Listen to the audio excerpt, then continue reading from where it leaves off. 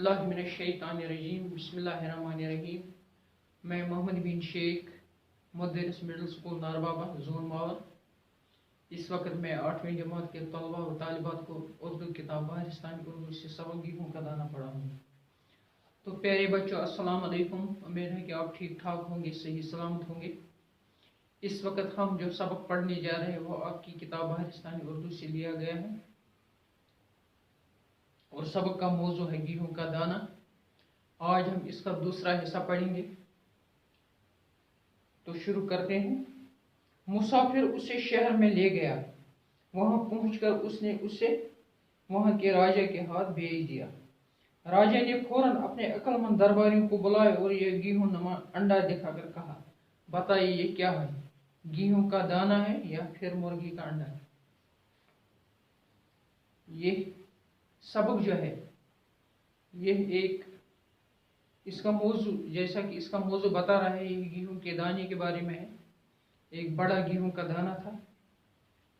कुछ बच्चे खेल रहे थे, तो उन्होंने खेलते खेलते वो वहां पहुंचे जहां ये अंडा, ये गेहूं का दाना पड़ा था, ये जो अंडा नमा था।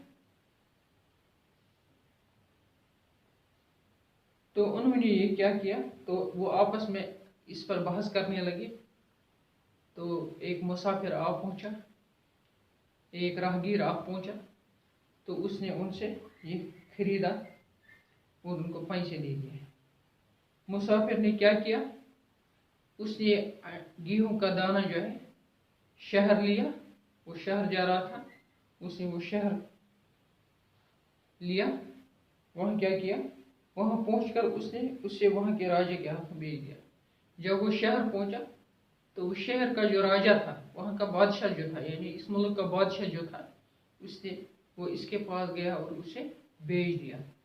जब उसे भेज दिया तो राजा ने क्या किया, राजा ने फौरन फिलफौर अपने अक्लमंद दरबारी को बुलाया, यानी जो इसके दरबारी थे, जो उसके कोर्ट के मेंबर थे, इन्हें उसे बुलाया और ये गेहूं नुमा अंडा दिखाकर कहा। जब उन्हें बुलाया तो उन्हें दिखाया ये गेहूं नुमा अंडा, उनको दिखाया और कहा कि बताइए ये क्या है, ये किस कौन सी चीज़ है, कौन सी शय है, ये गेहूं का दाना है या फिर मुर्गी का अंडा है, यानी इनमें से क्या है, ये गेहूं का दाना है या मुर्गी का अंडा है। तमाम दरबारियों ने क्या किया, तमाम दरबारियों ने उसे गौर से देखा, किसी की समझ में कुछ ना आया। तमाम दरबारी इसे गौर से देखते रहे, इसकी तरफ टिकटिकी बांधे देखते रहे, लेकिन किसी की समझ में कुछ नहीं आया, कोई इसे पहचान न सका। चनाचे गेहूं का दाना पास एक खिड़की पर रख दिया। जब किसी की समझ में कुछ नहीं आया तो उसने ये गेहूं का दाना खिड़की पर रख दिया जो पास ही थी। जरा सी देर में एक चील आई और उसने इसमें छेद कर दिया। थोड़ी देर हो चुकी थी कि एक चील आया और खिड़की पर बैठ गया और उसने क्या किया, उसने अपनी चोंच से इसको मारा और इसमें छेद कर दिया। दरबारियों ने गौर से देखा तो मालूम है कि वो सचमुच गेहूं का दाना है। जब उसने छेद की, इससे पता चला कि अगर अंडा होता तो फट जाता, क्योंकि ये फटा नहीं, इसलिए उनको मालूम हुआ, गौर से देखने के बाद उन्हें ये मालूम किया हकीकी में वाकई में ये गेहूं का दाना ही है, अंडा नहीं है। ये देखकर सब लोग हैरान रह गए कि ये कैसा गेहूं का दाना है। जब उन्हें ये समझ आ गया ये गेहूं का दाना है तो वो हैरान हक्का बक्का रह गए, तो ये कैसा गेहूं का दाना है जो इस तरह, इस अंडे की शेप का है, इस तरह की शेप का है। राजा ने कहा कि मालूम करना चाहिए इतना बड़ा गेहूं कहाँ पैदा हुआ। राजा ने क्या किया, उन्होंने अपने वज़रा, अपने वकील, अपने दरबारियों से कहा कि आपको मालूम ये करना है कि इतना बड़ा गेहूं का दाना कहाँ पैदा होता है।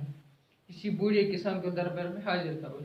इसलिए किसी बूढ़े बुजुर्ग जिम्मेदार किसान को दरबार में हाजिर करो, उससे मालूम करो। ये था आज का सबक। कल हम दूसरा सबक लेकर फिर हाजिर होंगे। तब तक के लिए खुदा हाफिज। अस्सलाम वालेकुम व रहमतुल्लाहि व बरकातहू।